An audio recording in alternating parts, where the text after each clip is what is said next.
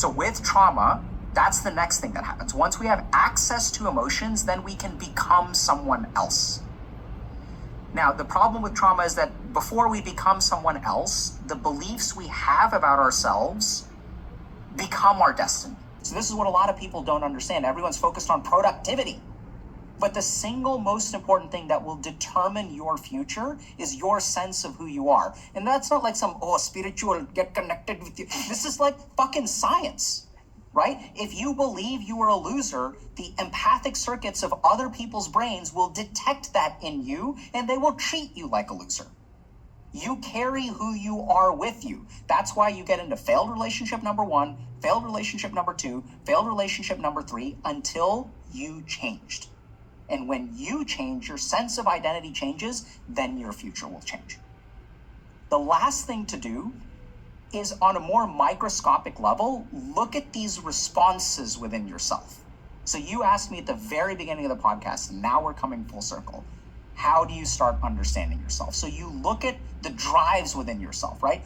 So one of the biggest mistakes we make about healing is we look at what is active in our mind 90% of the time, and we assume that the injury is no longer there. That's not the case. The injury just goes dormant. Then there are certain things that happen that can trigger that injury.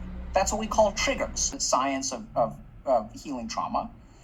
So here are the steps. First thing is safety, so that we can get neuroplasticity. Second thing is emotional awareness and emotional regulation. And this allows us for number 3, which is really important, which is identity. So if we look at our human sense of identity, how do you develop an identity? You can never change that identity without emotions.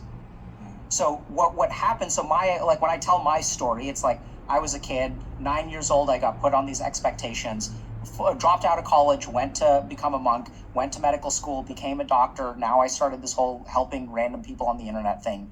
So each of those were emotional experiences. So who we are is a narrative of our most emotional experiences. The amount of building something good will remove something bad. Okay? So healing, and it's also like, if I break a leg, no amount of bench press will heal my leg. Like, I can build as much as I want to, I can fix my hair, I can brush my teeth, but the leg is broken, the leg is broken. Same is true of the mind.